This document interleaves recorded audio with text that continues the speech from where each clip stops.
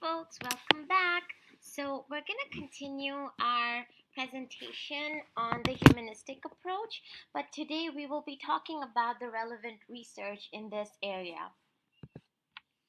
So, what the humanistic psychologists produced in this school of thought were concepts that were quite remarkably appealing to the rest of the psychology field, and these included terms such as self-disclosure, loneliness, self-esteem, solitude. In our previous presentation, we said things like we talked about concepts like free will.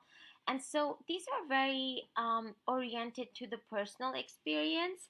And so in today's presentation, we'll dive into these concepts and some of the research found behind it. And if any of these interests you, you could look more into it and most likely enjoy this lecture as well.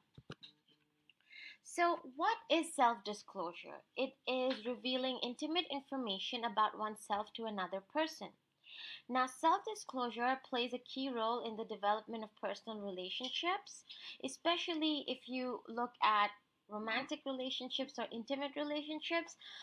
Self-disclosure can come in very handy if you want to establish more than physical intimacy with the person. Um, Researchers have found that this is rarely one-sided. Relationships develop as each person reveals intimate information about him or herself at roughly the same level of intimacy. So if two people get together and they are sharing information about themselves, then it can help enhance the emotional intimacy between the two. In terms of the physical, in terms of the physical intimacy, a lot of couples find themselves maybe stuck in that phase of their relationship because they are not self-disclosing, or they're afraid that they won't be accepted if they self-disclose. So self-disclosure can be a very valuable human experience if used in proper dynamics. So it's known to be important for personal growth and happiness, because when you self-disclose, you not only disclose to yourself as well as the other person, but what you're doing is, in disclosing to yourself, you are becoming coherent about what's going on in your mind. Sometimes things are vague and ambiguous in our mind until we put them in words, and language can be a huge gift to you know, sort of order your thoughts and make the way you think um, more clear. That's why psychotherapeutic process helps a lot, because psychotherapy is like a huge platform for self-disclosure, and in self-disclosing you enable the therapist to find patterns and the way you think, the healthy and unhealthy thinking, and all of those facets of human nature. So, what is disclosure reciprocity? People involved in a conversation reveal information about themselves at approximately the same level of intimacy, which means, like, both parties are on the same page, they're reciprocating, and it's known to lead to feelings of attraction and trust. So they've done a study, and this is, I think, coming out from the research lab of Dr. Penny Baker, who is a very, very renowned scientist in the area of writing and disclosing traumatic memories through writing and journaling and things like that.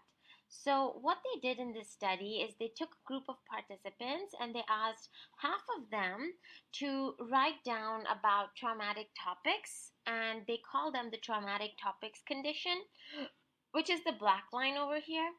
And then they took the other half and, just like a control group, and told them to write about trivial topics like describe your living room and very, very like simple, superficial stuff like that. And they assessed them for a few days, and they found that before the study and after the study results, the people who actually were in the traumatic topics condition, who were disclosing about their traumas in their journal and things, and you know, were able to like get in touch with their own experiences of reality. These people, as you can see, visited the health center much less over that time period versus the people who did not engage in disclosing about something that was painful to them. So in other words, people who just stuck at the surface level, didn't really dive deeper into what their mind has or the pains that were going on in their mind, they visited the health center a lot more, which means disclosure also impacts your immune system. In the sense, if you disclose, you feel lighter. If you feel lighter, there's less chances of you feeling or having psychosomatic symptoms or immune health issues, and so less visits to the health center. So some of the benefits of disclosing traumatic memories are that they lead to improvements in physical health and psychological well-being. And this is a benefit regardless of the medium of disclosure. And people who conceal unpleasant personal information are the ones that tend to experience depression and a lower sense of well-being. So just if you've ever been depressed or suffered with any other type of psychopathology in your life before, you could probably resonate to this to a certain level, where you didn't have anyone to share things with, so you got caught up in your own sort of loneliness and those stressful emotions and feelings, and you started feeling more depressed and a lower sense of well-being. But once you spoke to someone, you felt lighter, you felt better. So this is basically what research shows. So self-disclosure among friends and romantic partners, people who know each other have highest level of disclosure reciprocity. Amount of self-disclosure in a marriage is a strong predictor of relationship satisfaction. So as I mentioned previously, if you were satisfied in your romantic relationship or marriage, one of the solid predictors of this satisfaction is self-disclosure, because that leads to intimacy and it leads to trust. Disclosing between men and women, what does the research say? Well, women disclose more intimately and to more people than men do. These are gender differences. Self-disclosing men are considered more adjusting when they talk about masculine topics. So sometimes in some cultures they say, you're a man, you shouldn't talk like this, you should keep it to yourself, you should be able to cope on your own. But it's actually found that even men benefit from talking and self-disclosing, and in fact they found that men who self-disclose are supposed to be more adjusting, especially when they talk about masculine topics. They are more flexible, they're more sort of at ease with the topic they talk about. And so it's a very interesting difference between the genders that we see here. Men and women are more likely to be accepted when they disclose within the appropriate societal rules for their gender. Okay, so again, here's the society comes into place. If a woman is disclosing things, maybe not in a very, let's say, curt way, or not in a very, how do you say, in a vulgar way. Maybe she is, they're more, it's highly likely that she will be accepted more in society, and that will benefit her sort of place and her feelings in return. Whereas men, if they might not be accepted if they disclose as women do. Maybe if they disclose too feminine, like if they cry a lot, maybe the society won't accept it. And so research has found that appropriate societal rules also makes a difference in the way genders disclose themselves and to what extent this disclosure is accepted. So, why self disclosure healthy?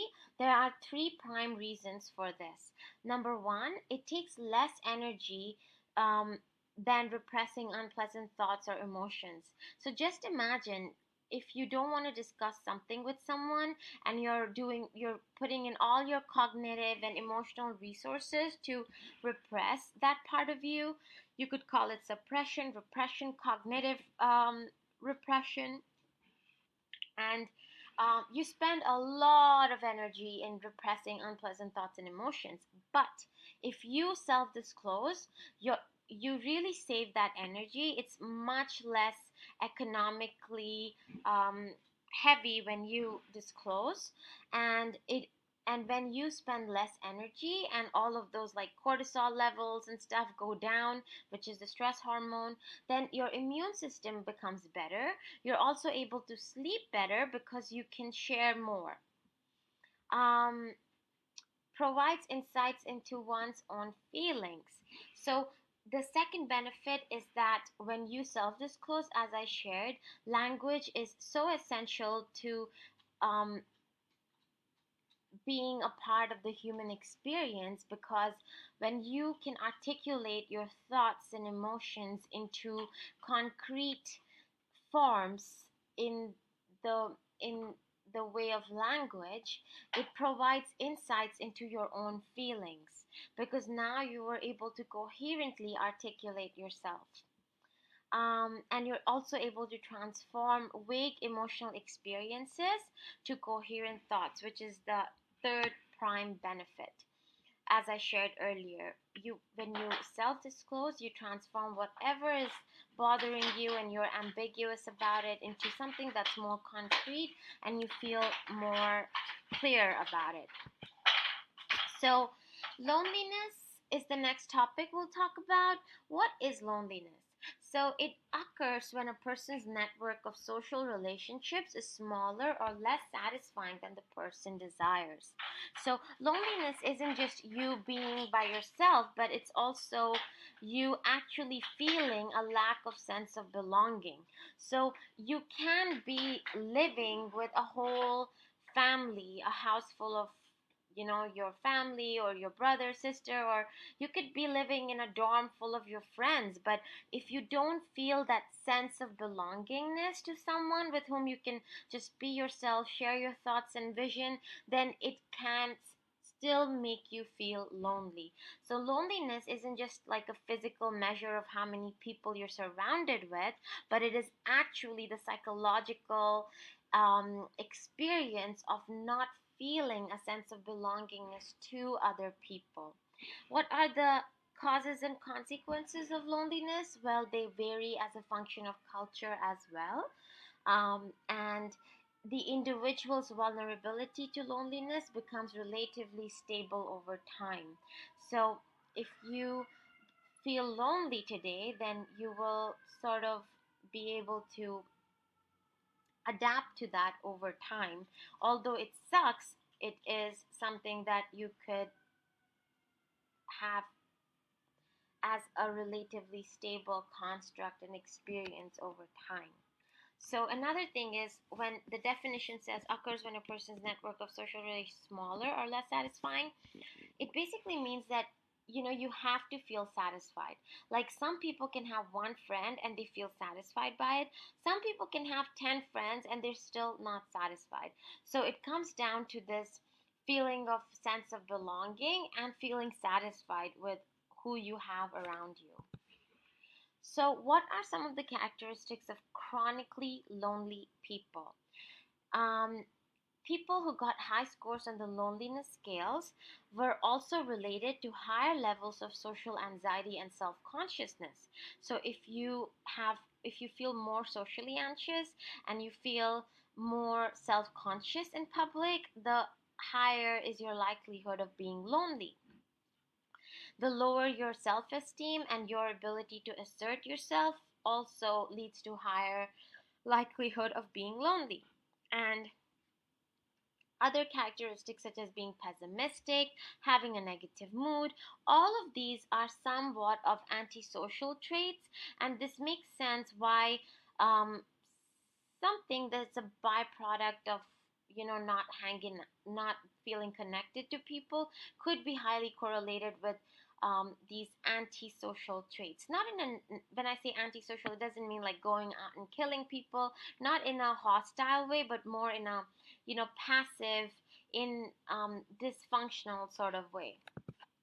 So, pathways between loneliness and health, people have found that chronically lonely people have poor health habits, they have more chronic stressors, they do not have effective coping strategies when dealing with stress. Um, they experience unhealthy changes in their stress physiology, and they are less able to rely on natural restorative processes that improve health. In other words, it's called recuperation. So, all of these essential systems in chronically lonely people are somewhat impaired. What are the causes of loneliness? Well, the two most important causes are negative expectations and poorly developed social skills. Now, what are negative expectations? So, entering a social situation with the expectation that it will not go well, right? So, you enter a situation, you're like, oh my gosh, they're going to judge me, they're going to hate me. That kind of thinking, that kind of expectation is highly likely to cause you to be lonely. Tend to be poisonous when trying to develop a friendship or romantic relationship. So again, you could feel lonely when you are having that toxic vibe, when you are being negative and or pushy or needy or clingy. All of these are not healthy traits of building something that leads you to be more pro-social. And the third is negative expectation is leading to interpret any small sign as rejection. So you could again be lonely if anything that a person does, even if it's small, you take it personally. Well, one of the all-time bestseller books called The Four Agreements says one of the golden rules out of the Four Agreements is do not take things personally. And so people who are lonely, who also have low self-esteem, who also have lack of assertiveness, who also have like lack of social skills and mixed with high social anxiety, the slightest sign of rejection, they will take it personally. And they wouldn't even for a second think, oh, maybe the person is just having a bad day, maybe it's got nothing to do with me. They become egocentric because they haven't developed that part of them fully, and so they start feeling more rejected, and then it's a negative feedback cycle. You feel rejected, you stop hanging out with people, you stop hanging out with people, you feel rejected. So, negative expectations is a huge cause for loneliness. The second is poorly developed social skills, and a lot of people who have autism or ADHD sadly suffer from this because their social system, the neurological system that is responsible for social skills is somewhat numbed, and because of that reason they need to go to special classes, special training to learn social skills. And um, Other people who just plain lack social skills, they are also stuck in the cycle of loneliness. They go out, the people reject them because they don't have the proper social skills. For instance, they come over to your home and start rolling on the floor, and you're just surprised why someone would behave like that, but they genuinely don't know that that's not the social decorum. And so it's very hard and difficult for people like this to get out of that cycle of loneliness. But there is hope if they do intentionally take classes on social skills. The next topic we're going to talk about is self esteem. Now, the word that comes to mind when I say self esteem is self evaluation. Okay? So, and again, if you look at the previous presentation that I posted, you will see that we spoke about how unconditional positive love and acceptance um, provided by your caregivers, and which was a big part of your upbringing, actually eliminates a lot of these issues. However, not everyone has this type of upbringing, and so a lot of people suffer from what's known as how you evaluate yourself, the self-esteem of yourself. And um, when you conceptualize what self-esteem is, in short, it's basically a self-evaluation. Okay, and by self-evaluation, we're saying, what do you think, feel, and believe about yourself? Okay, so what are you thinking, what are you feeling, and what are you believing about yourself? Now, something else for you to um, learn about is that when we are kids, we are when you first come into this world and you're babies and you're growing up, you have this feeling of invincibility, right? Because as a baby, you still you no one you haven't internalized anything from the environment that makes you feel as a limited person yet. So you feel invincible, you feel like you can achieve anything, you feel fearless. If you've seen your little cousin who is maybe a year or 2 years old, they could walk in and out of like darkness and they won't be scared. But then if you grow up a little bit more, let's say you watch a scary movie or you internalize some scary imagination, then you start feeling afraid of the darkness and stuff like that.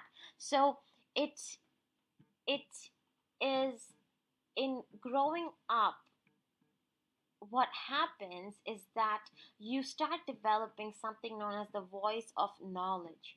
And what is this voice of knowledge? It's the it comprises of all the internalized dialogue and beliefs and thoughts and expressions that you have inculcated from the environment, from your family, from society, from your own sort of experiences and your own cognitive.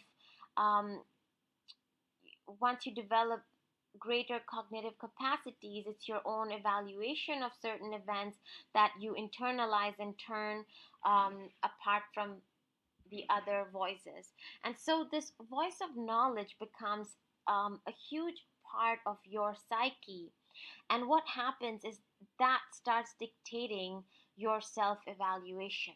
So let's say one person says looking thin is beautiful, one person says looking fat is beautiful, one person says being a big shot is amazing, like coming first in class, getting the best of everything makes you a great person, makes you a winner. The other person says, oh well, being humble and not going all over the board makes you a better person. So you come to realize that the idea of perfection, which is very closely linked to how you evaluate yourself, is actually an illusion.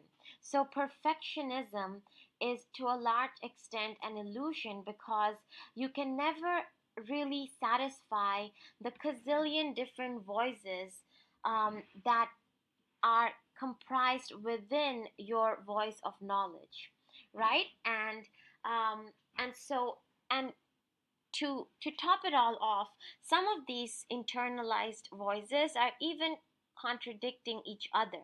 So just imagine if you try to satisfy every single internalized dialogue that you inherited that influences how you think, feel, and believe about yourself, then you're just gonna end up like contradicting yourself or getting lost within hopes of meeting that ideal perfection. But it doesn't exist because it's sort of an illusion that comes out of millions of contradictory voices within you.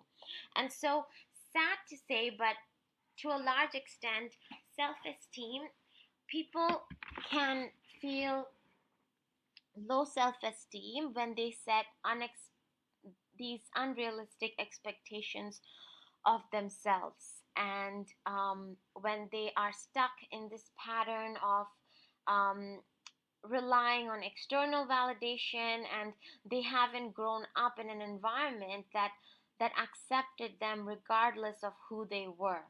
So accepting you unconditionally and fully just for who you are, with all your um, goods and bads, right? So and self So that's what self-esteem is and how it develops and the idea of perfection. And what is self-concept? So it's accumulation of what people see as their personal characteristics. Okay, so self-esteem is self-evaluation of what you think, feel, and believe about yourself, but self-concept is all the agglomeration of all the personal characteristics that you see yourself having. Like, what is your concept of your own self? How do you conceptualize yourself? Well, I have all of these traits, all of these characteristics, and so on and so forth. um, so self-esteem is concerned with relatively stable self-evaluations. So when you have um, a relatively stable self-evaluation, that is advantageous to your um, experience as a person, and the self-concept that develops is also a result of this relatively stable self-evaluation. So let's look at what research is there on self-esteem and reaction to failure. Low self-esteem people, after poor performance, it's been found that they don't try as hard on the next test. They perform more poorly and tend to give up early.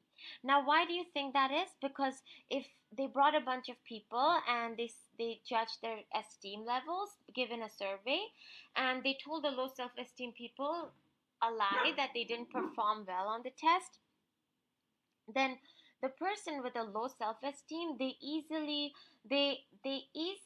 like a sponge. They are very sensitive to external validation, and they will validate the external validation by underperforming themselves.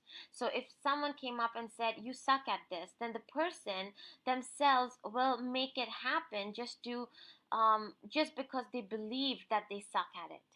And so that's the results that they found with low self-esteem people. They just didn't try anymore and they performed poorly after. However, people with high self-esteem, what did they do after poor performance? Research has actually found that people with high self-esteem end up working just as hard on the second test, regardless of how they did on the initial test. And that is because their sense of self, their self-evaluation, is not dependent on external validation, external feedback. They decide if they want to absorb that or not. They have this already existing voice within themselves that assures them that no matter what people say or do, they believe in themselves and they trust that self belief and they work just as hard. They're not easily molded by external validation, they're not easily dismayed by feedback, by criticism. Now, reasons for high self esteem people not being discouraged after failure is that they develop personal strategies for blunting the effects of negative feedback. It's like an already existing pre system in their bodies. They focus attention on the good qualities rather than on what they have done wrong. So, the focus here is very important. Focus is everything. Like, even if you think about how people function at the subatomic level. You know how there's Newtonian physics and then there's quantum physics, right? And Newtonian physics is all the the independent action reaction type of physics uh, based propositions that Newton had initially proposed in his famous, I think, Principia Mathematica was the name of the book. So that kind of physics talks about the entities that you can actually observe with your naked eye, and it says that there is an order to how people behave in certain ways. But if you look at the subatomic level, it's actually so chaotic. Like, particles are behaving in all sorts of ways. Like, they're the most defiant things that you can ever imagine. There is no restriction on space, there's no restriction on time, location, nothing. It's like they are out of control. And a lot of their behaviors, to a large extent, depends on our observation of these particles. And when I say observation, I mean not just under the microscope or in experimental labs and stuff, but we at the core, we at the very minute level, all of us, all matter is composed of subatomic particles. And so if you think about it, focused attention, observation makes things work for you. So if you as a person with high self-esteem is focusing your attention on good qualities, then that's what you will attract, that's what you will you know, you will dismiss what went wrong and you will focus on what is right, and you will feel motivated to keep going. But for people with low self esteem, they will focus on the bad qualities effective immediately, and then they won't be able to see anything else except that, and they feel dismayed, they feel, and so their observation of reality attunes to their focus, to their focused awareness. And so it's even at the subatomic level, this is very interesting to understand, um, and to deconstruct. Um, High self esteem people also think about their abilities and achievements. And so it's a mix of a lot of good things that these high self esteem people are doing. So if you find yourself as someone with low self esteem, then it's good to read about some of the things that high self esteem people do, and maybe add it to your repertoire of tools to help build your self-esteem and confidence. So maybe practice those personal strategies where you don't take negative feedback to heart. Focus your attention on your good qualities. Think about your abilities and achievements, and so on and so forth. That's one way of, you know, healing and helping yourself in a healthy way. The other way is something known as the idea of self worth. Now, this is a very important term that is very, very, very important to learn, because a lot of people get confused between self esteem and self worth.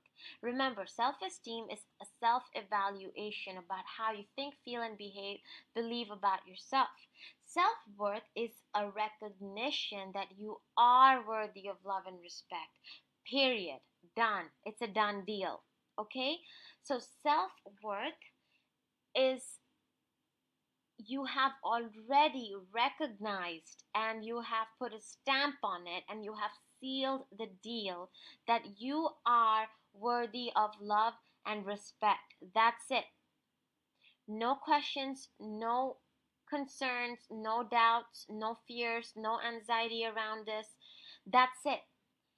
Self worth does not depend on external or internal validation. Self worth does not depend on doing, it depends on the being itself.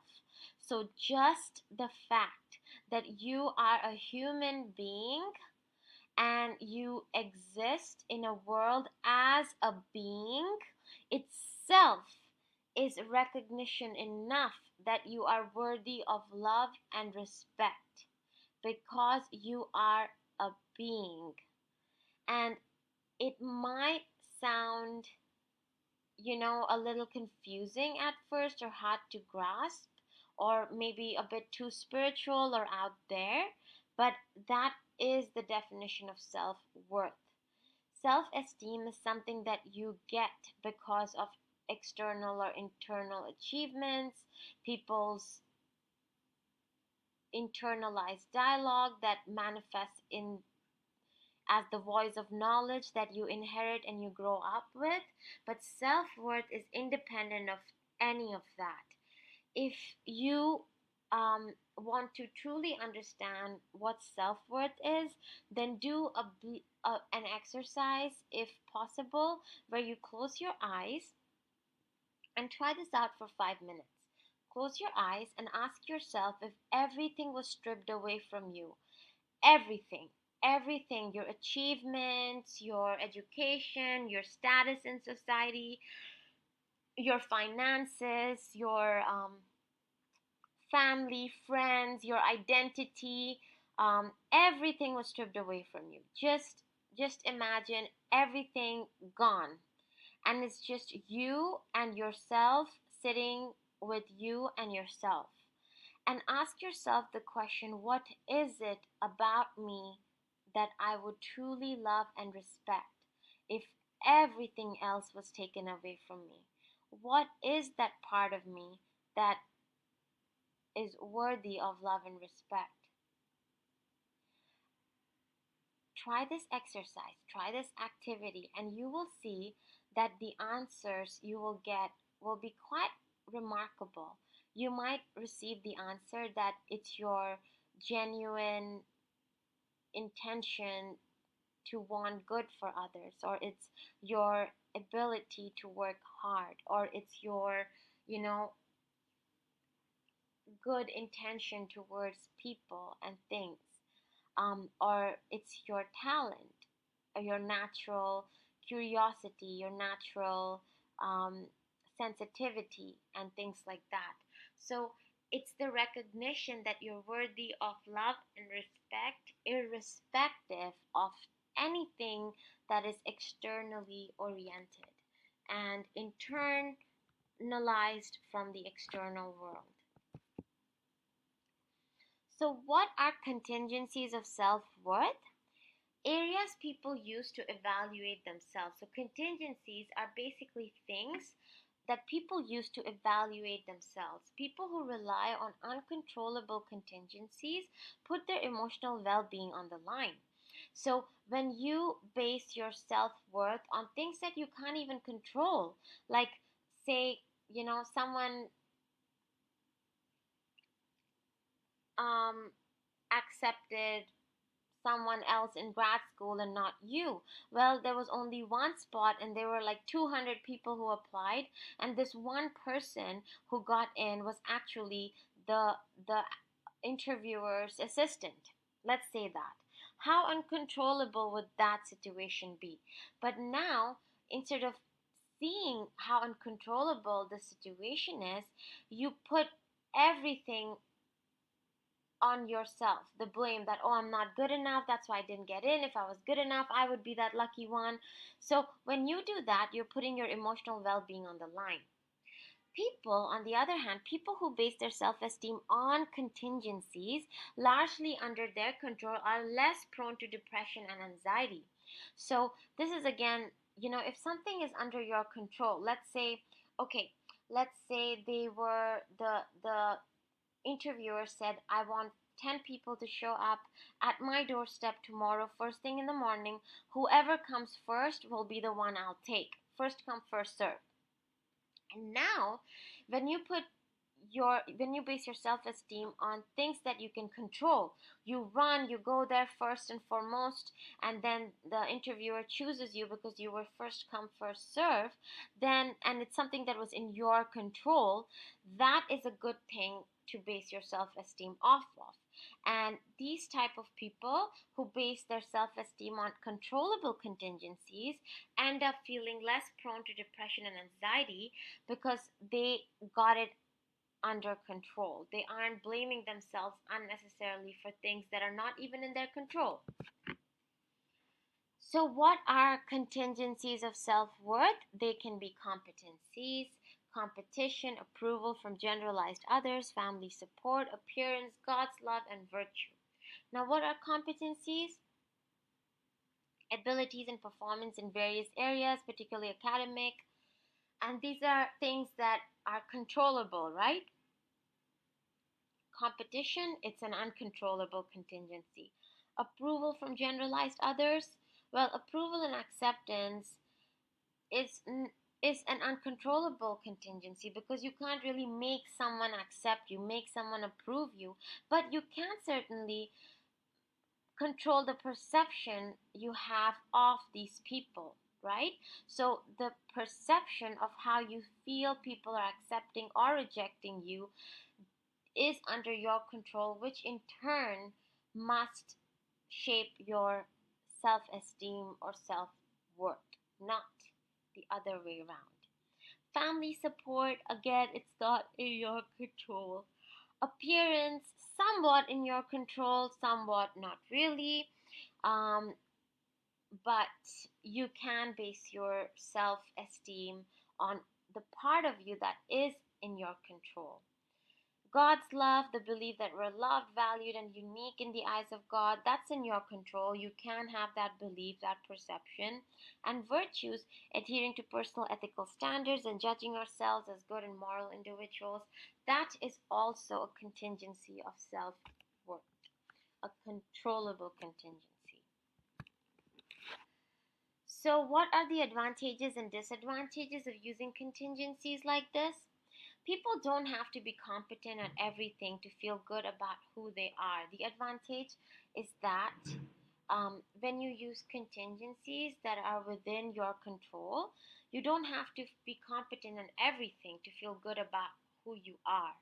It helps in understanding why some people have relatively stable feelings of self-worth, because their perceptions of self, their beliefs are not contingent upon others. Even if someone has rejected you or broken up with you or told you nasty things, you will not allow it to hurt you, because you will perceive that as just one person's opinion, and you will not give it so much precedence. You will have enough wisdom and enough healthy self love to be able to know that, that's just one person's opinion. The disadvantage is that people sometimes select contingencies that are difficult to achieve. So, if let's say a contingency was controllable, or let's say it was an uncontrollable contingencies, people select uncontrollable contingencies that are difficult to achieve, and so that can really be a bummer, because they're basing their self-esteem on and self-worth on things like things beyond their control. So, self esteem is also connected to culture. In individualistic cultures, personal achievements and independence are valued. Therefore, self esteem comes from achieving personal things, being independent. That's why in Western societies, we're in a very achievement based society. We're out competing each other. We want to be better than each other. In collectivist culture, self esteem is a result of deriving self satisfaction from perceived relationship with others. So if you have a good relationship with your neighbors, with your community, then you it influences a positive self esteem. But if you're not in good terms with your family, your friends, it can really hinder the way you feel about yourself. I think this is the last concept we'll touch upon today, and it's called solitude. Now, the basic difference between loneliness and solitude is that loneliness expresses the pain of being alone.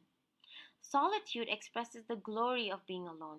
So, in other words, solitude is a positive spin on loneliness. So, you are alone, but you don't feel the lack of sense of belonging. You're pretty content with yourself. You're pretty content being by yourself and doing things on your own. And so they had done a study in which they looked at the different age ranges of participants and the percentage of day they spent alone, and they found that retired adults actually spend the most amount of time in solitude. So, what are individual differences in preferences for solitude? Some people find time by themselves lonely and painful, but for others, time alone is precious. And introverts mostly feel this way. They like their time alone, they like their time on their own. Inclination towards time alone may be a function of an individual's preference for solitude. Okay? So, people with a high preference for solitude do not avoid social encounters and find something positive in being by themselves. So just because someone likes solitude, they like being by themselves, does not mean that they're avoiding social encounters. It means that they're happy both socializing as well as being by themselves. People who avoid solitude are the ones that are filled with loneliness and sadness. So if you don't like being alone by yourself, it's because you're sensitive to being alone. You don't feel a sense of belongingness to people if you're alone, and you also feel that sense of sadness. So there are 7 positive aspects of solitude and why people just love being by themselves, and the good side of loneliness. So number 1 is problem solving. Right? When you're on your own, you have the opportunity, time, resources, space to think about your problems and face the decisions that you want to face. Inner peace, right? You have the time and space to feel calm, relaxed, away from the pressures of everyday life. Self discovery. When you stay by yourself, you can gain insight into your values, your goals. You realize your strengths, your weaknesses, because you might be journaling, you might be thinking actively about yourself. Creativity. You can, if you paint by yourself, you write a book by yourself, it stimulates ideas, innovative ways of expressing yourself. Anonymity, right? You can act in whatever way you feel like at the moment without concern for social niceties or whatever others might think. So if you're alone by yourself at home, you could just walk around however you like. You could cough and sneeze without using your hands. You could do whatever the hell you want, and there's a certain level of anonymity and freedom to that which people enjoy. Intimacy. Although alone, you can also feel close to to yourself or to someone you care about. And so even if you're in solitude, you could still feel close to someone you care about by thinking about them. And then comes spirituality. So a lot of the people who do meditation, transcendental meditation, mindfulness, all of these are practices that are done in solitude, and these people find it very helpful to be by themselves and work on these spiritual practices. A sense of transcending everyday concerns, of being part of something grander than yourself. All of this comes up when you are in solitude, all of these positive aspects. So with this is the end of today's presentation. Please go over the summary slides in your own time to get a gist of it, and all the best.